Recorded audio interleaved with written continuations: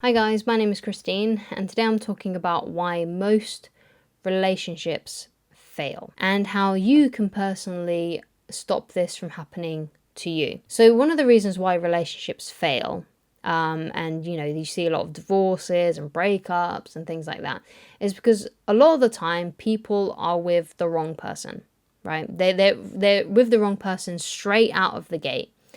And basically, why this is though is because when you start dating someone, a lot of it is fueled with passion, and how the other person looks.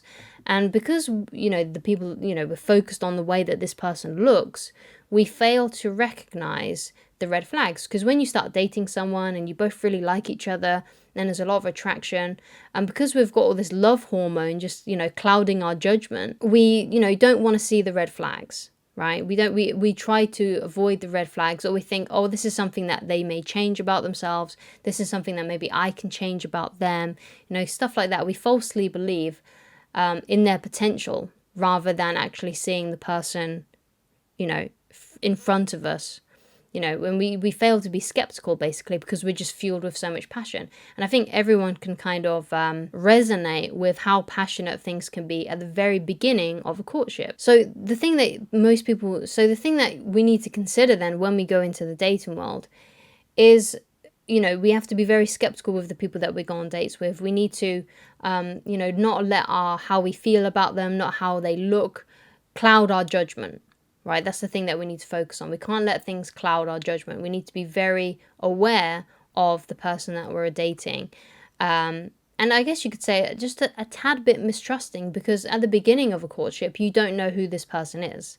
Right, you have attraction for them, you may get on really well, but you don't know exactly who this person is. And this is something that I went through. Now, I was in my first major relationship.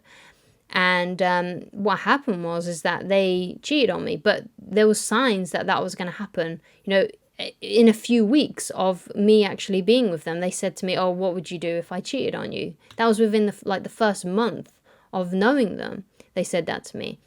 And eventually it happened. She did cheat on me. She cheated on me like about 6 months or so later, and then it continued to happen. And we was together for about a year, and we broke up. I probably should have broke up with her the first time she said anything about, what would you do if I cheated on you, stuff like that. But I was so focused on her potential that I failed to recognize the red flags. And this is something that we all do, right? Something that we all do. So I completely understand if you've been in the same kind of boat where you didn't recognize the red flag straight away. So when it comes to dating, sometimes it can be a bit of trial and error. You might have to, let's say, kiss a few frogs.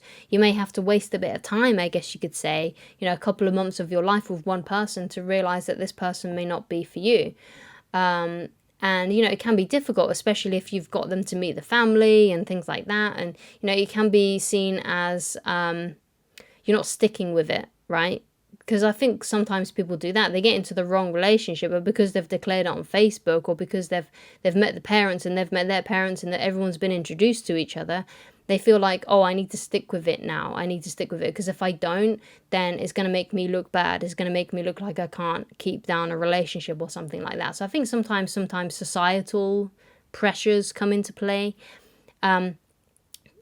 But you can't let that derail you, basically. You have to, do it anyway, basically. You have to, allow yourself to have your heart broken in order to find the right person. And what you need to do then, I think, is that you need to get very clear on the kind of person that you want, so it doesn't get that far.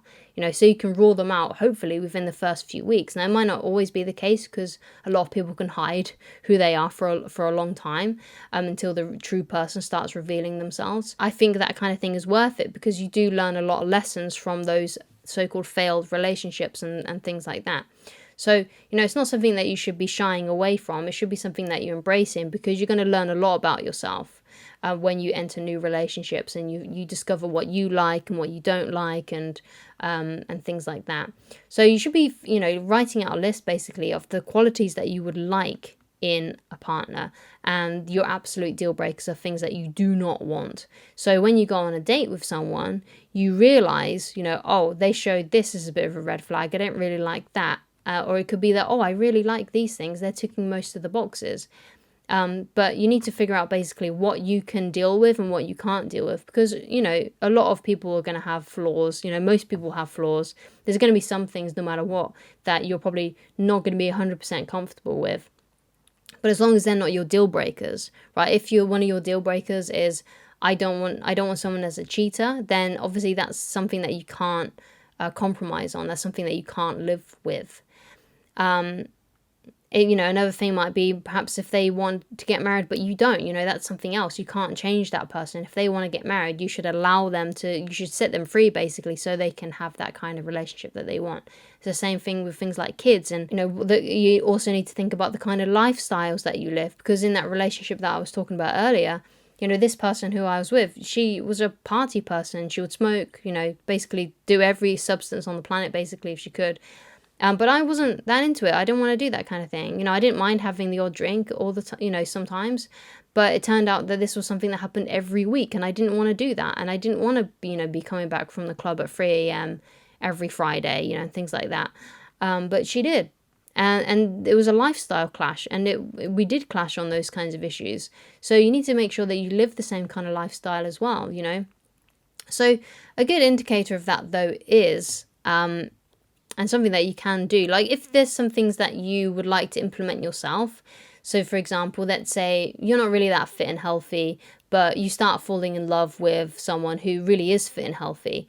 Sometimes that can be good because, oh, this person's really fit and healthy and I want to be fit and healthy too. And their influence can help with that, because we tend to like people who are like us or are like who we would like to be. So you should aim for people who are like you or are like who you would like to be, so they can influence you in positive ways.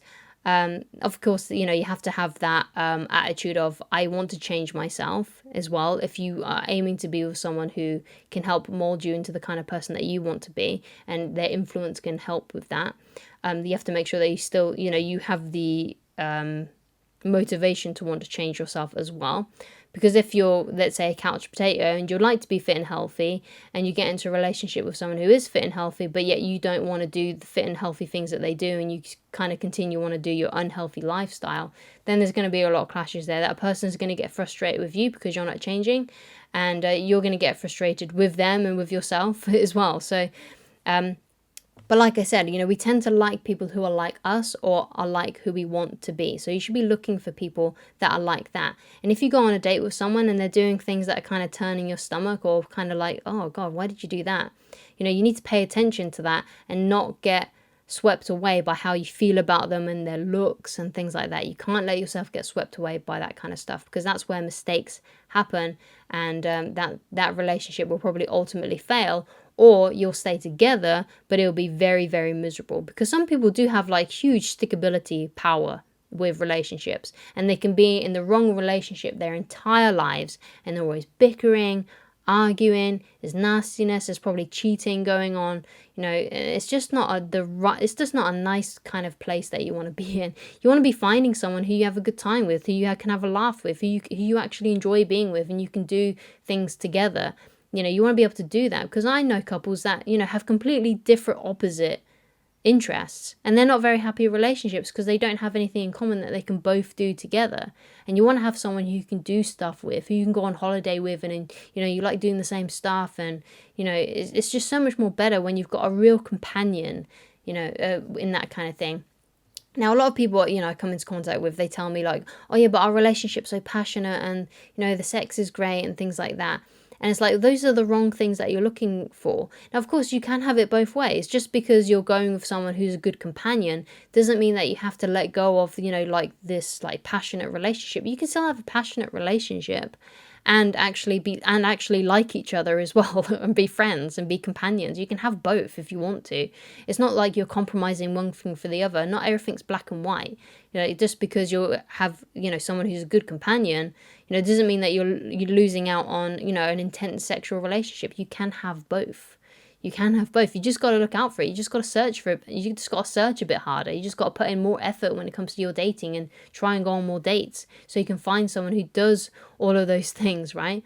You're not compromising anything, right? You can have it the way that you want it, but you have to get clear on it, which is why I say write it down, write it on a memo on your phone. Get clear on what you want. get clear on the things that you can tolerate, the things that you can't tolerate, the things that are deal breakers, the things that are absolute musts.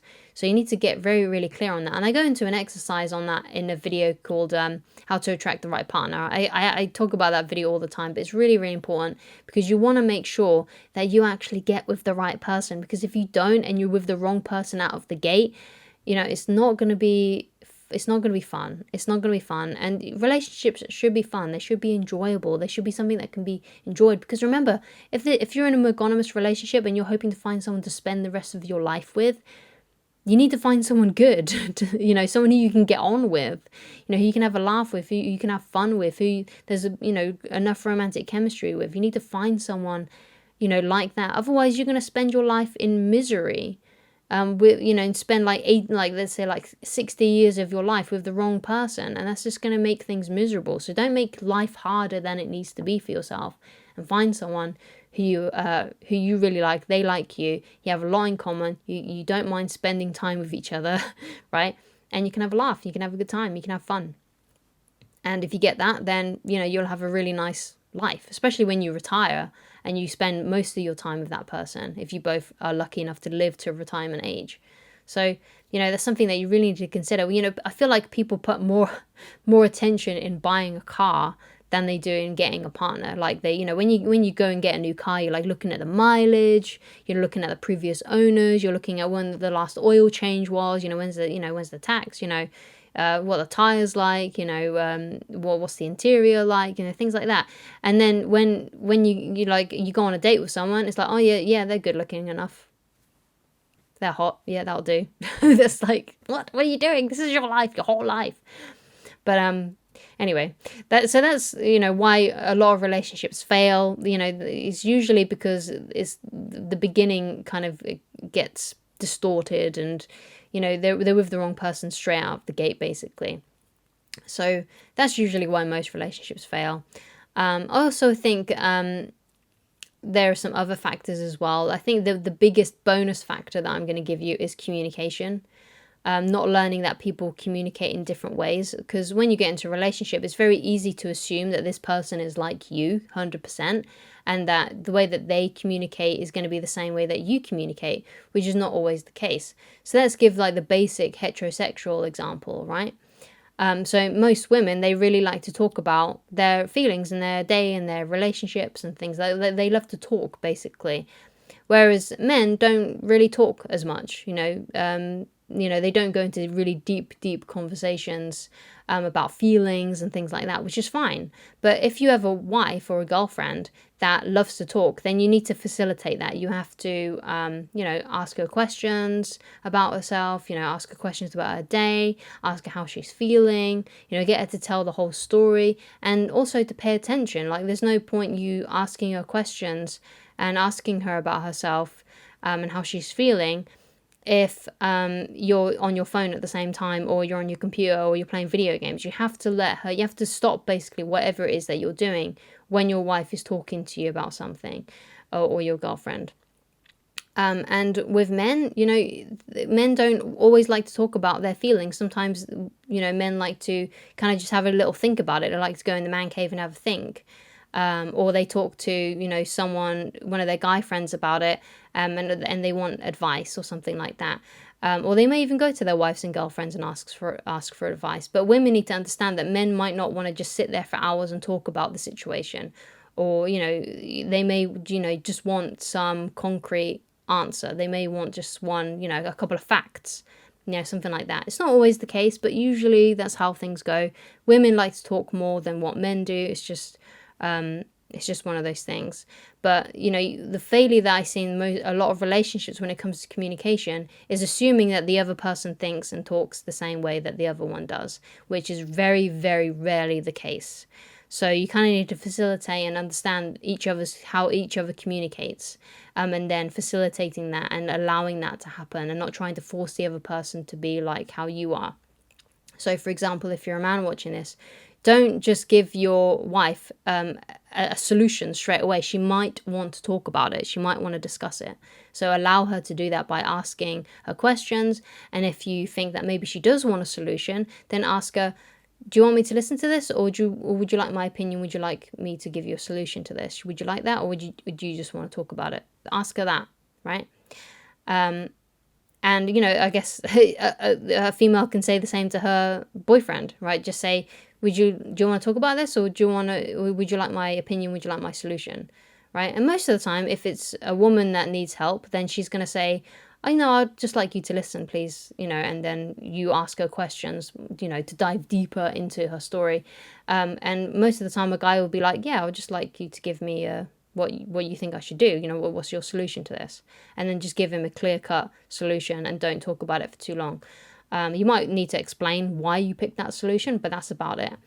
And that's kind of how that kind of goes. So you kind of have to read this, basically the person that you're with, and try to understand their communication style. Do they just like to talk, or would they just like solutions and methods on how to fix things? But typically, if it's a woman, she'll just want to talk about it, and if it's a guy, then he'll probably just want you to help him fix it. So I hope that's made sense. It's not always the case, but most of the time it is the case. So thank you so much for watching, and I shall talk to you again very soon. If you'd like coaching with me, then please go to www.christineloveridge.com. Thanks.